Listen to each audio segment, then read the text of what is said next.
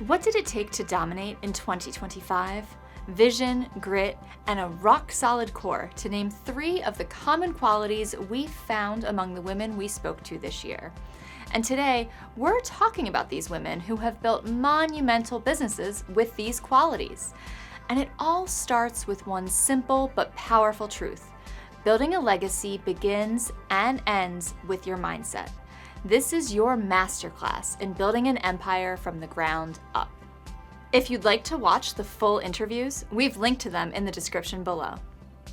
Oscar award-winning actor Halle has embraced entrepreneurship in what she calls her greatest act.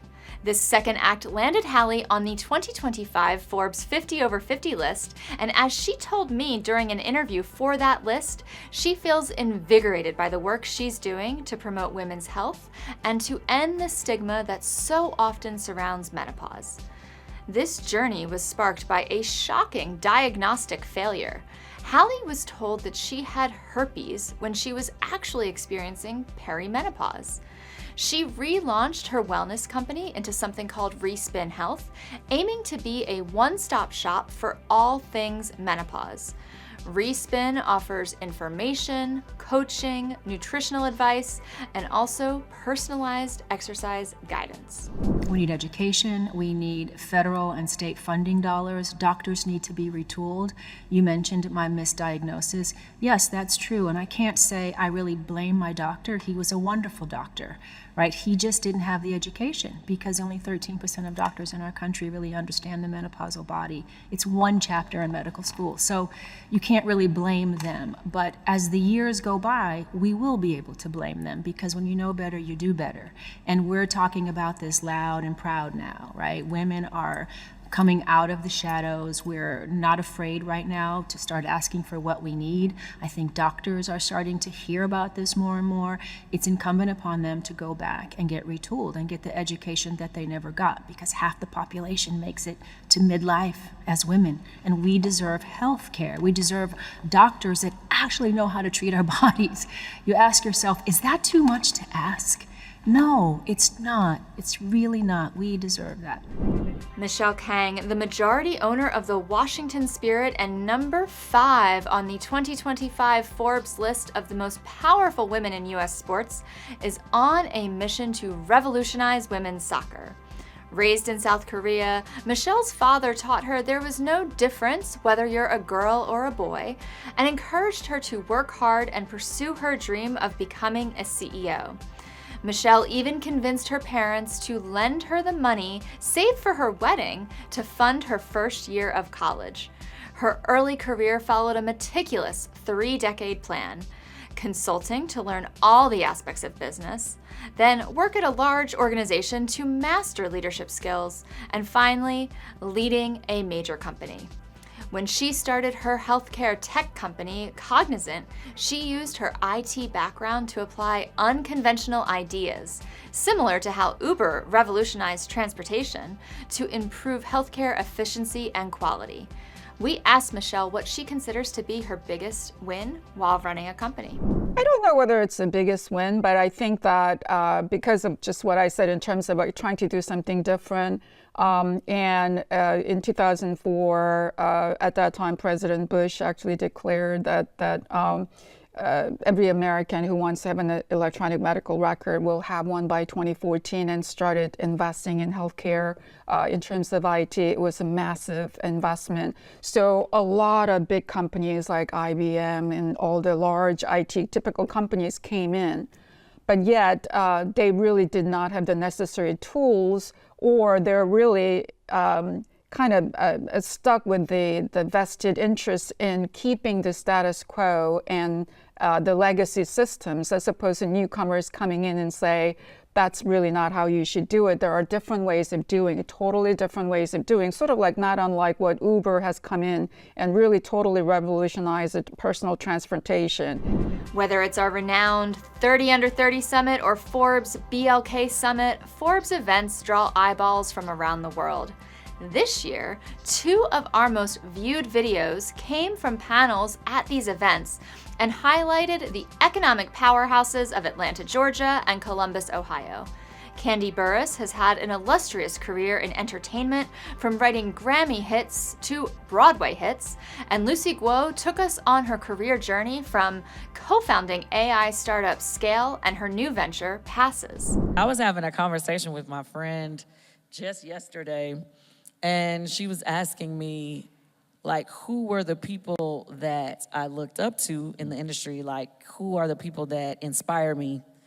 And I was saying Queen Latifah, Steve Harvey, LL Cool J. These are people that inspire me because they have transitioned their career from one space to something totally different that people wouldn't have expected them to do if they just met them in the beginning, you know? And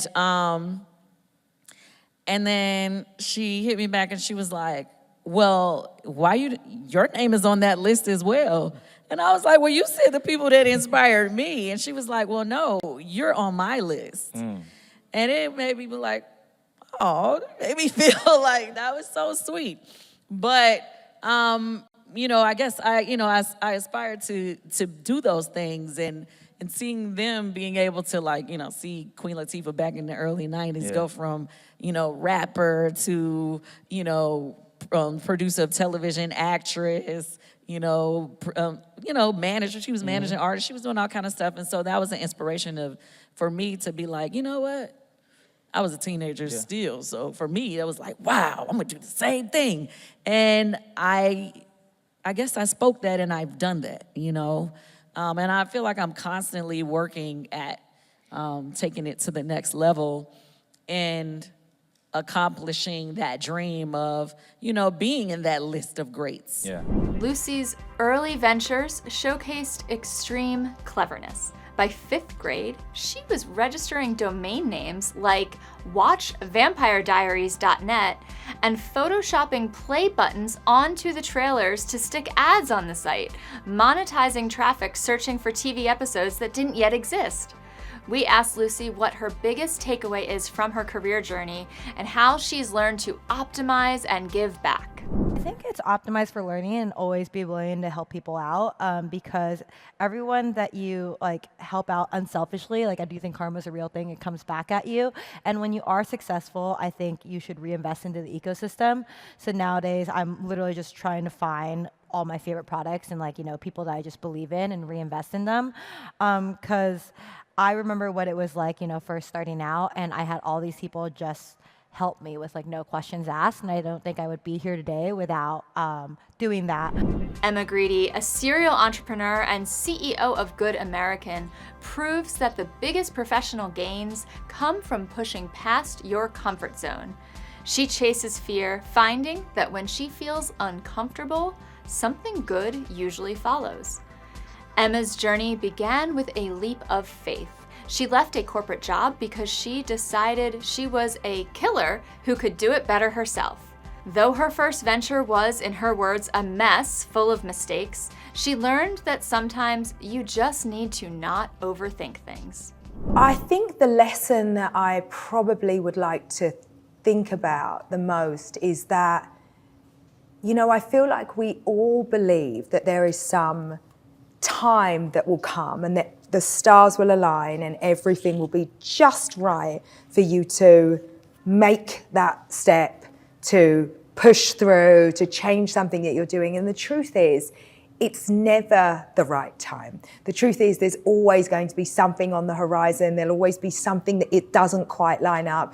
And, there's a difference between having an idea and then doing something. And I think that you just have to do. Right? You just have to push through and get past that point of fear and try something. And it's not about perfection. It isn't about, doing things completely right from the outset. It is just about getting something done. And you learn and you iterate and you change and you grow, and all of that is fine. Nobody is watching you like you're watching you. And I think that is a really good lesson for anyone. It's just go for it. These powerful female entrepreneurs demonstrate that whether you are transforming finance, healthcare, technology, or sports, the biggest takeaway is this: the perfect time to make an impact never arrives, so just start. That rounds out the best Forbes Women Soundbites of the year. Stay tuned on all things Forbes Women to get more insight and advice in 2026.